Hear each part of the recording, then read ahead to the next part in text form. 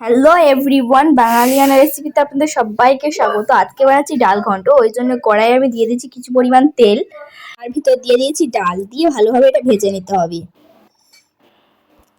এটা প্রায় ভাজা হয়ে গেছে, এবার দিয়ে দেবো জল, দিয়ে আমি কিছুক্ষণের জন্য ঢাকা দিয়ে রাখবো। এটা তুললে দেখা যাবে সব জল শুকিয়ে গেছে। এটা ভালোভাবে নেড়ে নেব।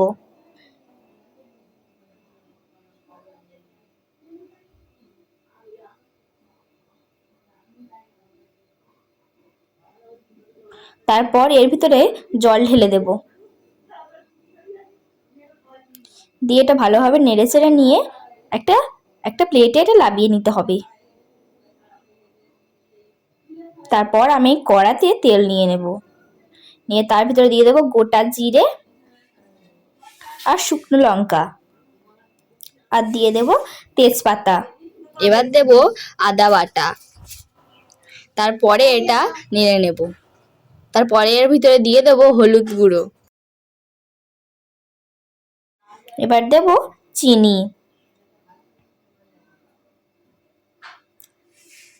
তারপর এর মধ্যে ডালগুলোকে ঢেলে দেব।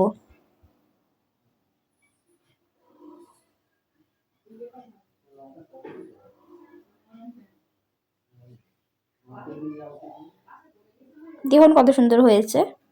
এবার এর ভিতরে দিয়ে দেবো নুন, আর এরপরে দিয়ে দেবো জিরের গুঁড়ো,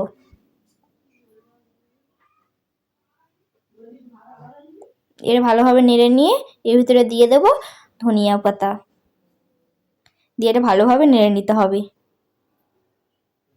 তারপর আমি দিয়ে দেবো কিছু পরিমাণ ঘি,